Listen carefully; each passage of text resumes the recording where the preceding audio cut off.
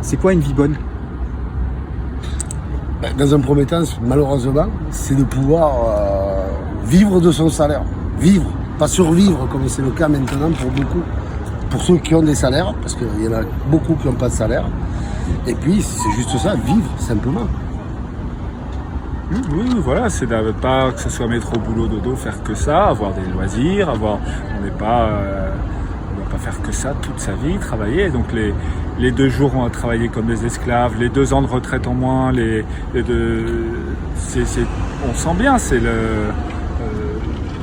on est de la marchandise pour Macron et on veut se faire respecter, quoi. Ils ne prennent pas l'argent où il est. Je veux dire, il y a quand même 211 milliards qui sont distribués aux entreprises, entre autres. Et non, qu'est-ce qu'on fait? On va demander 2 jours de travail gratuit, non rémunéré. Et disons, les gens qui ont des travaux à forte pénibilité, c'est ceux-là qu'on oblige à travailler le plus longtemps possible. Pourquoi ne pas faire, par exemple, augmenter la retraite chez les cadres qui ont moins de pénibilité dans leur travail. Ils ont du stress, soit. Mais voilà, c'est comme là, on parle beaucoup de la taxe Zuckman. Il y en a une qu'on a oubliée depuis des années, c'est la taxe Tobin. 0,1% sur toutes les transactions boursières. Ils vont pas le sentir, hein. Ça veut dire que vous vendez une action, on vous prend 1 centime. Sur 100 €, on vous prend 1 centime. Et en plus, ceux qui gardent les actions longtemps, c'est rien, 0,1%. Ça va surtout emmerder le trading haute fréquence, qui est en plus néfaste à l'économie, ceux qui achètent plusieurs fois dans la journée, c'est des parasites. Donc cette taxe de 0,1%, là vraiment, elle va les freiner. Et il y a plein de choses à faire pour que l'investissement soit vraiment utile et pas laisser faire ces spéculateurs à court terme, quoi. Et alors une fois que Macron il sera destitué, quand on y sera arrivé, qu'est-ce qui va se passer pour vous concrètement? Moi c'est clair, constituante 6ème République, je suis sur l'axe Mélenchon, après on n'est pas tous comme ça, mais moi c'est clairement... Moi c'est pas mon cas, mais je suis pour effectivement le RIC. Nous les Gilets jaunes, on en parle depuis le début du mouvement. Le RIC en fait partie, donc le RIC en faisait partie, on se rejoint sur beaucoup de choses. Et c'est ça aussi, c'est qu'il faut que l'ensemble des gauches, parce que moi aussi je suis de gauche, hein. Je suis pas mélenchoniste, moi je serais plus Ruffin.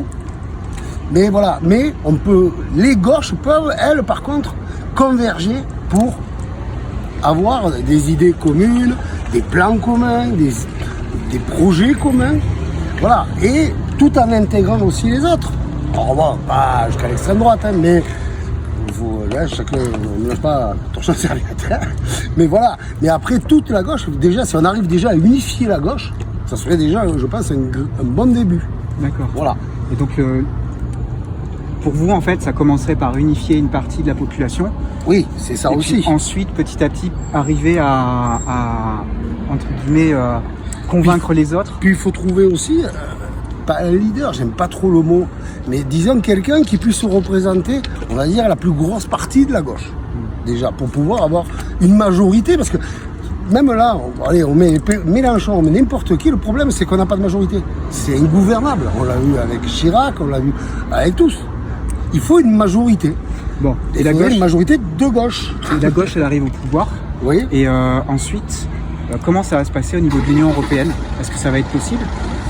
Ben, si, ça peut être possible. Moi, je le vois un peu comme l'Espagne, par exemple, l'Espagne a mis un coup de pied, on va dire, à tout ce qui est énergie.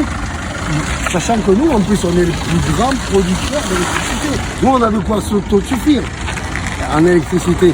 Or, on nous oblige à vendre notre électricité pas chère pour par la suite à la racheter et plus cher. Et bien, l'Espagne, ils ont réglé le problème. Hein. Ils sont sortis pour l'énergie, sans sortir de l'Europe. Ils sont sortis pour l'énergie. Et leurs factures, elles ont baissé. Hein. La TVA à 0% sur les produits de première nécessité.